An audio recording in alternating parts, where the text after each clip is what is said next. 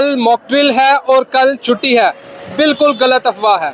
जो लोग ये कह रहे हैं कि कल के दिन छुट्टी होगी क्योंकि कल मॉक ड्रिल है, तो उनके लिए ये खबर निहायत ही ज़रूरी है कि कल कोई भी छुट्टी नहीं है, कल बिल्कुल बाज़ार ओपन रहेंगे।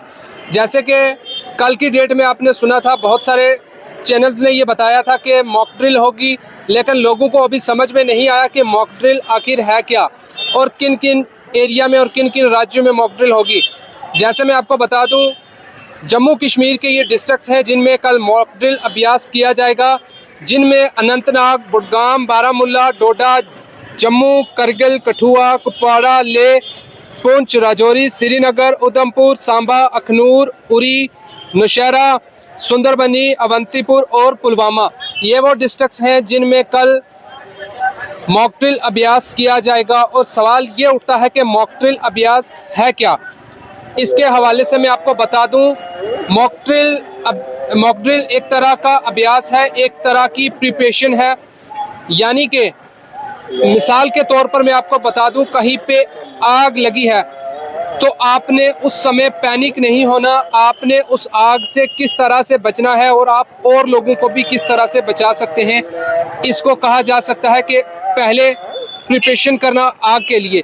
या मिसाल के तौर पर कहीं पे अर्थक्वेक आ रहा है तो आपको ये पता होना चाहिए कि अर्थक्वेक के समय आपने किन किन चीज़ों का ध्यान रखना है और अर्थक्वेक के वक्त आपने क्या क्या सावधानियां बरतनी है और कैसे खुद को बचाना है और लोगों को भी बचाना है और लोगों को अवेयर भी करना है।